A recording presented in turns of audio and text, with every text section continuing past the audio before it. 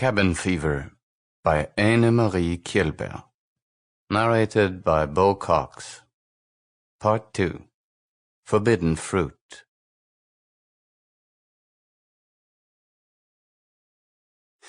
October 1968. Otis closed the gate to the wood-burning stove in his workroom. The fire was crackling. He had been granted leave from the congregation so he could write his book about the power of prayer, and he had already spent 5 days alone in the cabin. Sally had moved out as soon as she had realized she was pregnant with James's child. Right before Otis had gone to the North Sea, he had randomly met her by the Royal Theatre, and he had felt something, mostly because you could already tell she was pregnant, even though she was only about 4 months along. They had spoken together, politely and calmly. Sally had told him that she and James had found an apartment on Fredericksburg.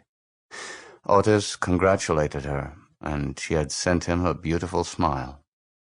He was relieved he was not the one who was having a baby. It was that feeling that had filled him that day in the city. And it was that feeling that filled him now when he thought about his and Sally's failed marriage. He was feeling good these days. He was writing, reading the Bible, reading saint biographies, praying, and then returned to writing. Now and again he took a walk on the beach, but he never met anyone. The holiday home area was almost empty at this time of the year. But tonight it came back. The restlessness that he could never really define, but which had once in a while appeared like an unwanted guest during these past months. It was a feeling of emptiness, of not quite being present in himself, but it was so vague and foggy that he could not find the right words for it. He tried asking God for help, but it did not come. The unease became progressively worse. Finally, he went into the fall wind. It was darker than he expected. The moon was new, and the sky was cloudy, and he could see nothing but the yellow windows around him.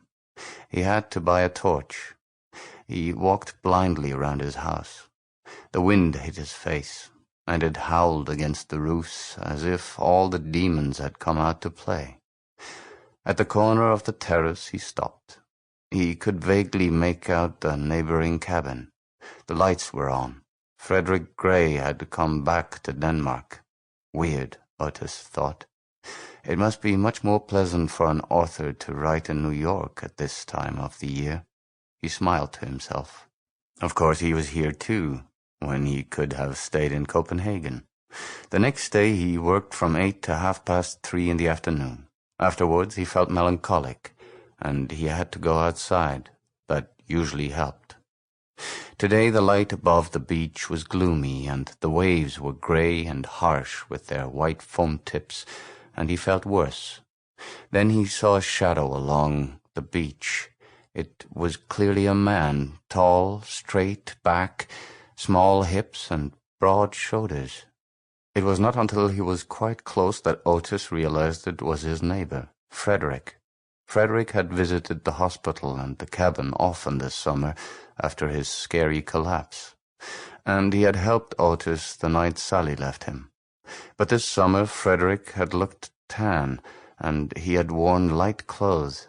Now he saw a stranger, big, city pale, and formally dressed, even though his brown hair looked like it had grown longer.